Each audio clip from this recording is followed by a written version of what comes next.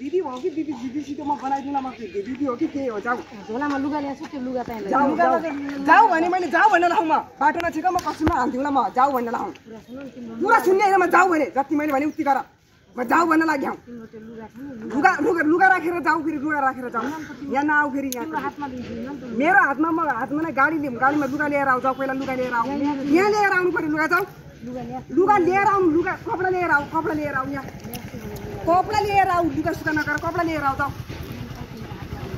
जाऊ कपडा लिएर आऊ जाऊ कपडा लिएर आऊ जाऊ वहाँबाट कपडा लिएर आऊ कपडा वहीँ छुट्याएको छ नि मेरो सारा कपडा लिएर आएको झ्यामले ल्याइदिएको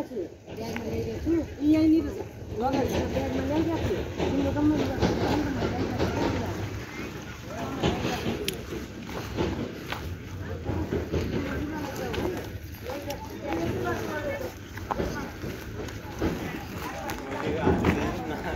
यही तो होता घर यिनीहरूको घर के यार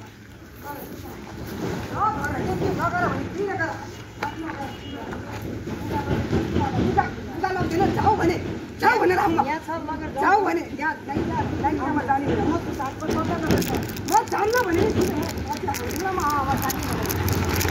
लगेर जाऊ कि जाऊ भन्न लाउँ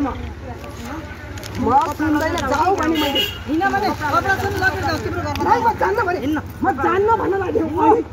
कपडा लगेर जाऊ म जान्न भन्न लाग्यो लाग्नु न सामानमा महिला मान्छे ठीक हुन्छ समय दिनु के हुन्न अरे समय दिन केही हुन्न के गाडीमा हाल्न लाग्दियो त जाऊ भने मैले हाल्नु म चिटिन्छु ब्याग म जाने हे भन्नु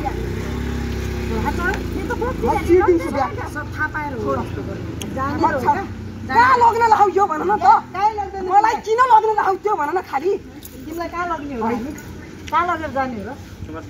तिमीलाई किन लग्नु पर्यो म थोडा हात एकचोटि मेरो कुरा सुन ध्यान दिएर सुन नुन खस्या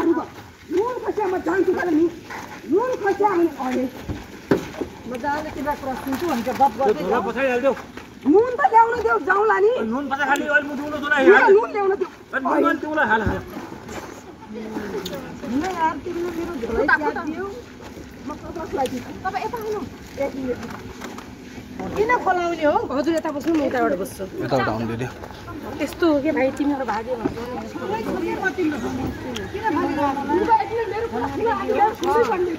एकैछिन अहिले डिस्टर्ब नगर्नु